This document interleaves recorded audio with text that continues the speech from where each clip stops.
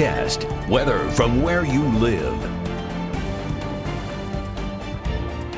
All right, a nice day tomorrow. Watch for a little patchy fog up in the northwest, Newton and Jasper County mainly, with a 57-degree low, and we're headed for 78 in the afternoon with mostly sunny skies and a nice refreshing northeast breeze blowing. 75 to 81 should do it area-wide. 80 degrees at Williamsport and Attica, and all the way towards Stewart and Tabb here in Warren County. We'll get up to about 78 in Crawfordsville.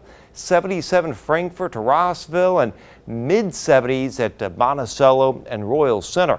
Now on Friday, another nice crisp cool start to the day at 52. Some patchy fog in places in the morning, but then all the sun, a northeast breeze, and 80 in the afternoon with the low humidity. 77 to 82 should do it for highs. 77 Logansport. Winamac over to Maderryville about 77. We'll be pushing 80 in Benton County, pushing 80 down at Attica, and 79 at Frankfort. There is your futurecast again. Tonight looks great.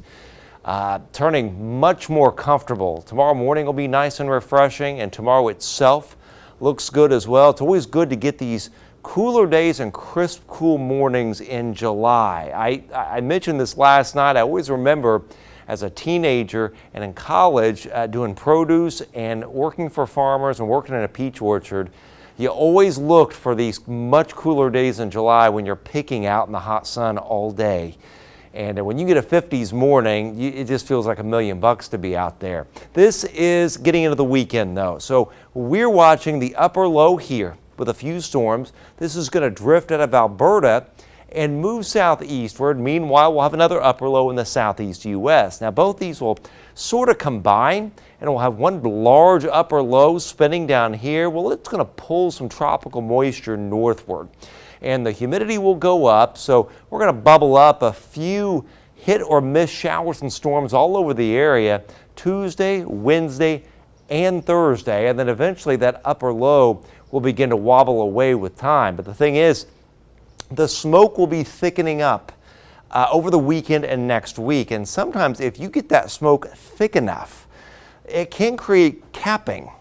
And that smoky layer warms and it dries the lower atmosphere. So it can cap things a little bit and cut down on your rainfall coverage a little. So we'll be watching that because there's going to be a big plume of thick smoke that starts to come in several thousand feet up. And then beyond that point, once we get rid of this, this is a big plume or big upper ridge. This is a plume of monsoonal moisture from the Pacific, but this is a big dome of heat. And the big question has been for the past week and a half, when does that flex itself back out? And it's going to take time to do that. This is a fairly comfortable weather pattern right into next week. Other than it getting humid Tuesday and Wednesday, I think it may flex enough by like the 26th, 27th of July and beyond, right into early August. That's when the real heat returns, and it will continue to dry out too. We're not necessarily avoiding all flash drought getting into August, but at least we got a few scattered showers and storms Tuesday and Wednesday after this nice weather, and then we start to heat back up again, back to 90 that next Saturday.